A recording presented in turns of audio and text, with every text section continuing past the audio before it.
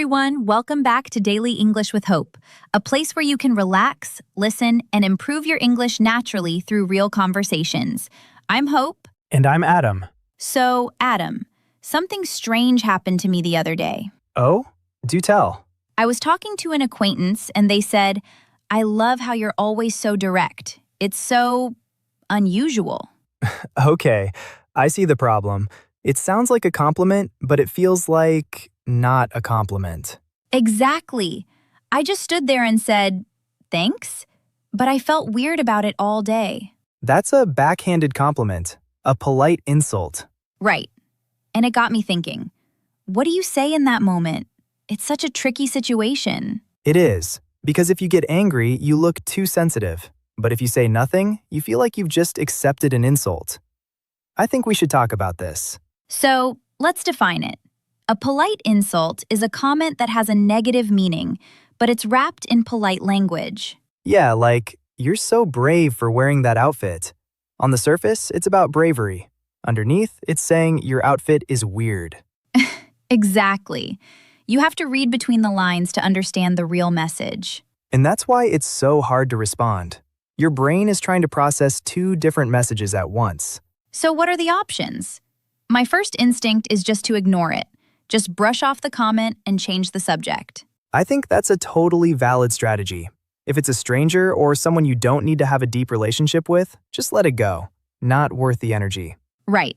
Just smile and say, "Anyway, about that report." But what if it's someone you see often? A coworker or even a friend? If you always let it go, it might continue. That's the problem. So what's strategy number 2? I think the most powerful strategy is to respond with polite confusion. Make them explain it. Oh, I like that. So if someone says, "Your English is so good for a non-native speaker," You could smile with a slightly curious look and just ask, "What do you mean by that?" ooh, that's good. It's not aggressive. It's a genuine sounding question. Exactly. You're making them unpack their own strange compliment. It gives them a chance to explain what they meant, and sometimes they realize the comment sounded strange. They might get a little embarrassed, which is kind of the point. It forces them to confront their own words. You're not being confrontational, you're just asking for clarity. I could have used that the other day. When she said being direct was unusual, I could have asked, "Unusual? What do you mean by that?" Perfect. The tone is everything. You have to sound genuinely curious, not angry. Okay, what's another phrase we could use? Something a little softer could be, "I'm not sure how to take that." It communicates your confusion without being a direct question. I like that one too. It's honest. It expresses that you've received a mixed message. Yeah, it shows the comment didn't land properly. It signals, "That was a weird thing to say." And there's my awkward response from the other day. "Thanks, I think." It's a bit funny and also points out the ambiguity. It's not bad. It's a lighthearted way to show you're onto them. It's like saying, "I hear the compliment, but I also hear the other part." Another one could be, "That's an interesting way to put it." Again, very neutral. Yes, all of these phrases do the same thing. They create a small, awkward pause and put the focus back on the other person. They have to either clarify or feel a little uncomfortable. And in most cases, they'll probably stop making comments like that to you. For me, the idea that you don't have to just accept it really hit home.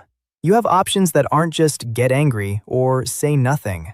It feels empowering, actually. You're taking back control of the conversation politely. Exactly. You're matching their politeness, but you're not accepting the insult. So let's quickly recap the main strategies. First, you can choose to ignore it or brush it off. That's for people you don't know well.